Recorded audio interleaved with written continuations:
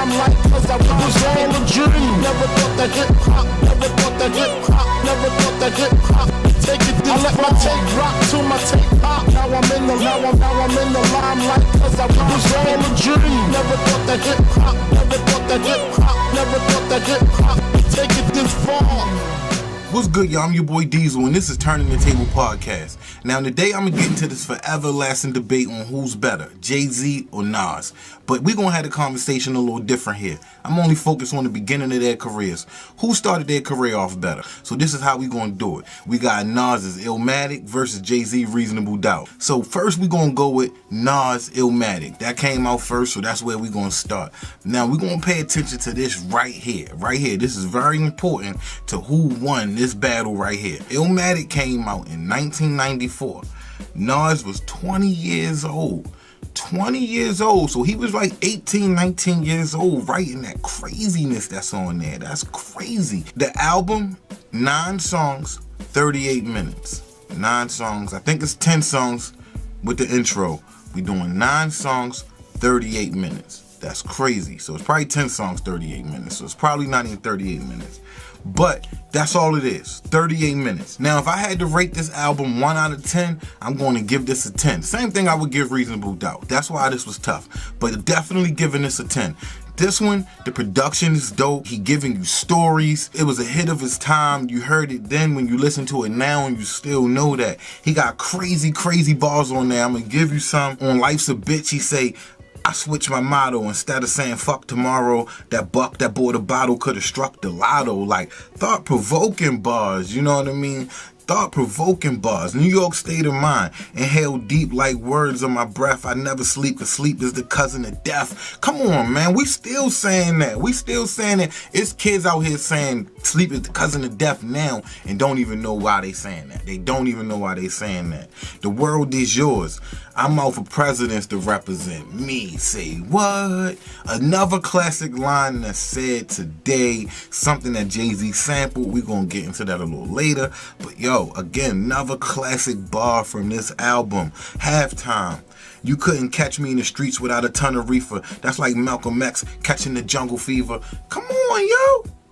Come on, yo. Another classic line from this album. We got Represent.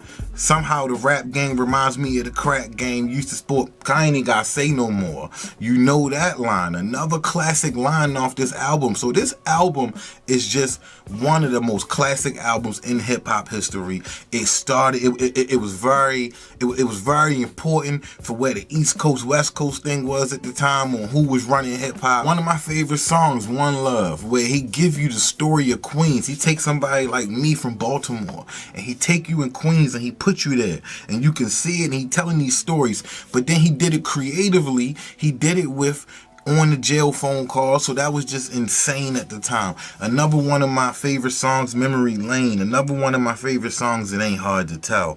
You know, it's only 9 actual songs on here, so every song is a favorite one. Life's a Bitch. You know, AZ came on there crazy. Again, Nas did this without features. I think AZ and he had Q-Tip on the hook. I think they was the only features on here. So that was another crazy thing about this album. Now, I know it was rushed. I know it came out early because it was being bootleg, but it still was only 9 songs, 38 minutes. But it's definitely one of those albums that when it went off, it left me wanting to hear more. When I listen to it now, I still, when it go off, I'm still like, damn, I ain't gonna lie, I'm checking like, damn, my nigga, what the fuck, my shit stopped. It took boom bap to another place. You know, it took it somewhere else just off the strength that it wasn't considered boom bap then, but it's considered boom bap now. This was a staple album. It was a staple album in hip hop. So we're going to go to Reasonable Doubt. Reasonable Doubt, 1996, 2 years later. This is key things. 2 years later, Jay-Z, 27 years old when this comes out. So he was about 26 when he was writing this, 26, 27. But it's 55 minutes. 15 songs. 15 songs. So just like Nas' album, it's an album that give you stories. It's an album that got great production. It's a 10 out of 10. Every song, you don't skip not one song. Jay-Z came on there with creative skits that led you into songs, that led you into the persona that Jay-Z was creating. Now, I know Nas was rushed, but it sounded like they took more time with it. Jay-Z definitely did do it a little differently. He had Mary J. Blige. He had Biggie on there. Who I'm missing, I don't know, but he definitely had some key hardcore features on there.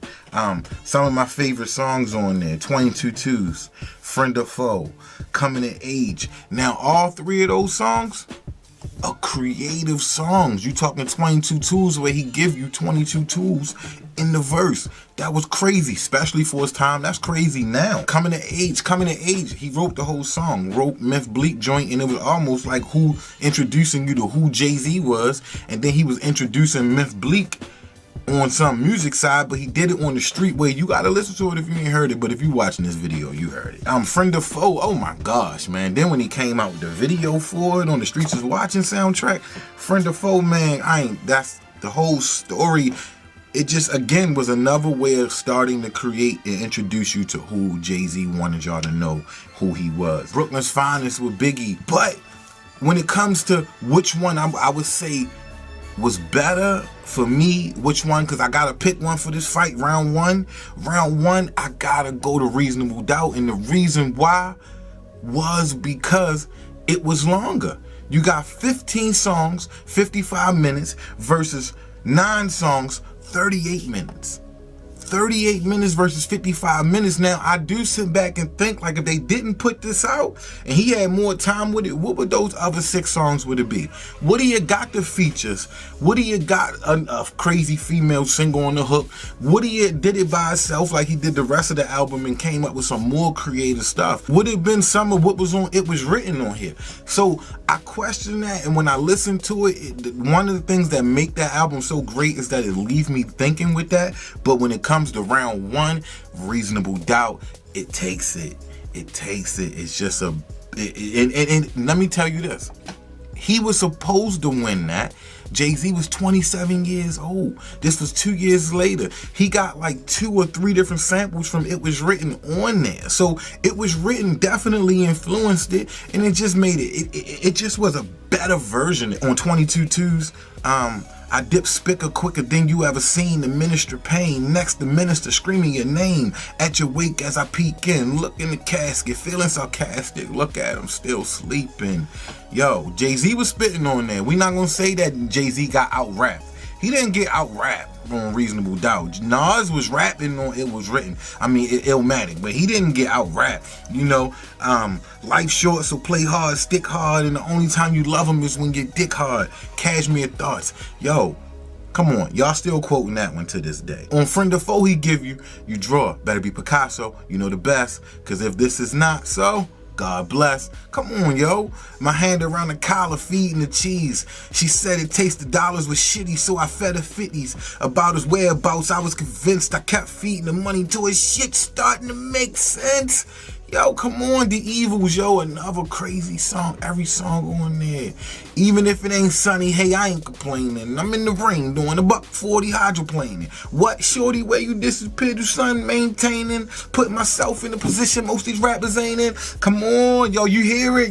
Listen, you was getting ready to say the next line. You know this shit crazy, you know what I mean? Murder is a tough thing to digest. It's a slow process, and I ain't got nothing but time. Come on, yo, dead presidents. Come on, yo. If every nigga in your clique is rich, your clique is rugged, nobody would fall because everyone would beat each other's crutches. I can keep going. I can keep going with Nas. I can keep going on these. These are crazy. These are like my type, probably my favorite, maybe third and fourth, second and third, right behind Ready to Die and Life After Death. You got these two. These are like my favorite albums of all time. So this was tough. I'm rambling all over the place. Jay-Z, Reasonable Doubt, round one. Let's go.